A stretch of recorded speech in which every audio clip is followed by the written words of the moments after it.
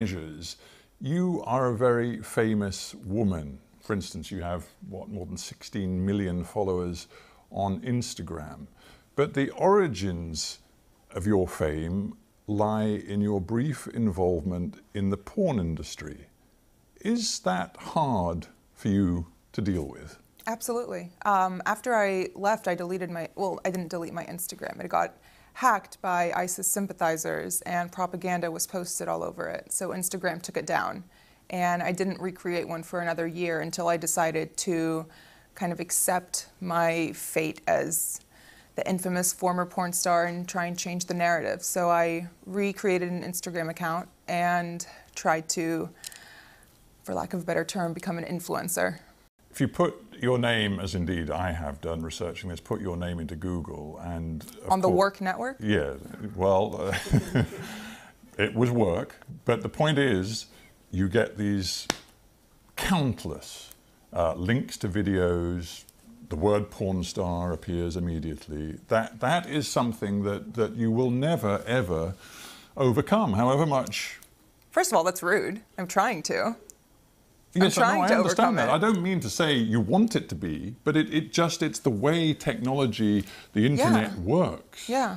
I'm not very Google friendly, and we're trying to change that. One of the first things that comes up is the site that I do not own or control, but where the homepage is written in first person, like I am the one running it.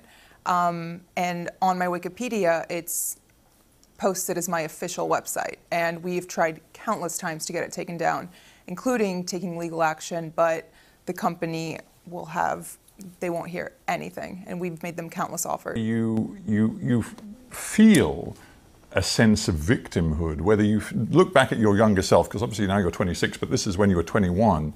Do you look at that 21-year-old and feel that she was used, she was very much a victim? I feel like she didn't have the tools to identify that she was being taken advantage of, and that what she was being told was lies.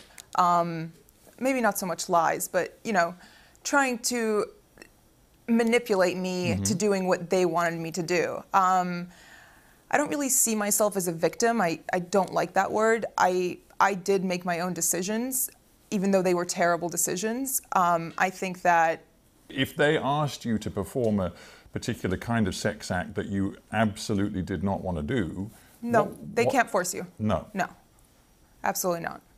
I mean, do you think it made a difference? I'm genuinely just asking that you're of Arab heritage. Your parents were from Lebanon. I'm from Lebanon. I was born and raised there. Exactly. You're Arab, and Arab culture is deeply conservative on the whole.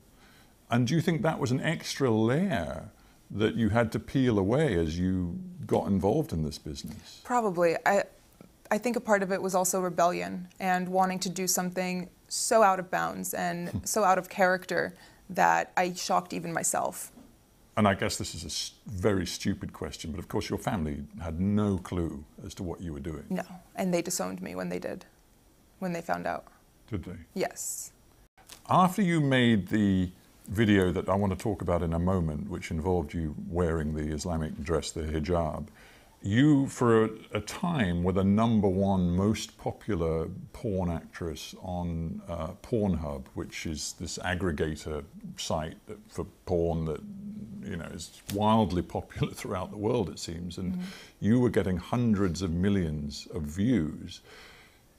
And yet, despite that, in the porn world stardom, you were paid a grand total for all the 12 sex videos you made. You were paid a grand total of $12,000 US. And yet you made millions and millions of dollars for both Bang Bros, the company that you worked with, and Pornhub, the aggregating site. How could that be?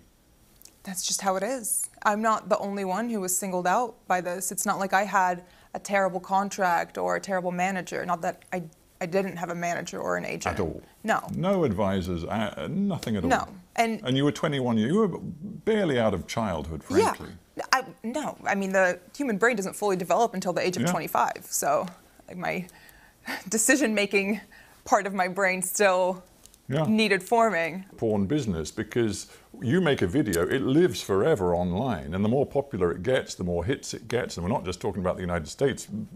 Many of your videos were, it seems, very popular in the Middle East. The most popular in the Middle East. Which is interesting in itself. Because they're the ones who are tweeting death threats at me. Exactly. We'll get to that in just a moment. But the point of the finances is, however popular you became, the #1 star in this business, you had no residuals, no rights whatsoever to get any sort of recompense for your popularity. None.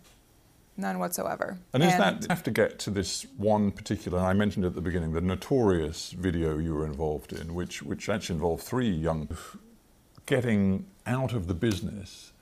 When that went viral, that video, and your face was just so well known and associated with something so provocative, and you were receiving the threats, was it a very quick decision for you to say no more?